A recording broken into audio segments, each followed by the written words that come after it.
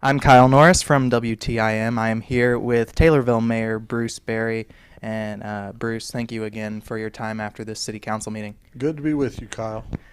So we had a few items. Basically, it was more steps in the process, basically, for quite a few items on the city's agenda. Right. One of them was the new water plant. And so at the last meeting, there was action taken on trying to basically get a rewrite of the contract because of the state budget issue. And so that was approved. What exactly happened tonight with Well, that? what it was, we were looking for a way out in case we didn't get the loan money from the IEPA, and our attorney drew up a thing or a contract that Plocker needed to sign for us to go forward. And they've agreed to the terms. You know, with the state not having a budget, we didn't want to be stuck with $2 or $3 million in startup costs for the new water plant where we weren't going to get reimbursed through the EPA loan. So we were just protecting ourselves. And so now with the contractor basically having approved it, is that correct? He has approved it, and we're hoping we're going to proceed with the award. And from what I heard tonight, according to the engineers, we hope to break ground in about August. So it's going to be a reality.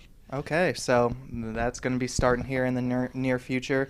Another thing that was approved, and this is maybe me making an inference, I may be wrong here, but there were some basically some things approved, basically that were lease agreements, and what I took out of it was those were possible lease agreements for maybe a hotel coming to Taylorville. Well, no, not really. That was the American Tower that we have, a tower out by the lake in the south part of town, and they sell advertisement and sell different things on it, and we're just getting an agreement with them that we're going to at least triple our money, we hope, and go from there. Okay, yeah, all right, that makes sense too. Okay, Right. and so But the hotel's still a strong possibility, so maybe that'll be at the next meeting. okay, but there was action though on the TIF districts, and so one of the things that was that was shown out to the city council tonight was on paper these possible TIF district maps. And so what action was taken on those tonight? Correct. We